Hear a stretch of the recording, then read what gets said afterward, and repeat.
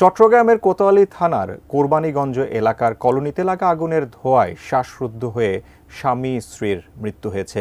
একই পরিবারের দুইজন সহ তিনজন আহত হয়ে চট্টগ্রাম মেডিকেল কলেজ হাসপাতালে ভর্তি আছেন। সবশেষ অবস্থা জানতে যুক্ত হচ্ছে প্রতিনিধি মনিরুল ইসলাম পারভেজের সঙ্গে। পারভেজ, আমরা আগুনের এই দুর্ঘটনার ঘটনা জেনেছি, ইতিমধ্যেই স্বামী স্ত্রীর মৃত্যুর খবরও পেয়েছি। এখন কি তথ্য রয়েছে আপনার কাছে? আহতদের কি অবস্থা?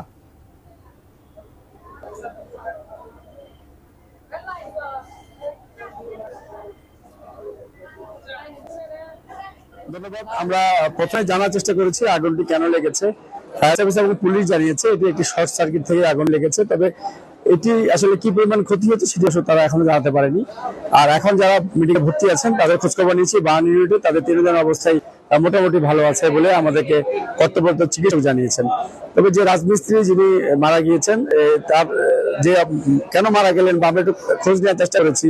যখন একটি রুম, আসলে খুব ছোট একটি জায়গা, সেই জাফর সওদাগরের যে ঘরটি, সেখানে আগুন লাগার পরে আর বের হওয়ার মতো জায়গা ছিল না, তখন তারা ভয়ে গিয়ে বাথরুমের মধ্যে গিয়ে ঢুকে পড়ে। পাঁচজন একসাথে গাড়াগাড়ি করে থাকে, মনে করেছিল যে তাতে হয়তো কিছুই হবে না।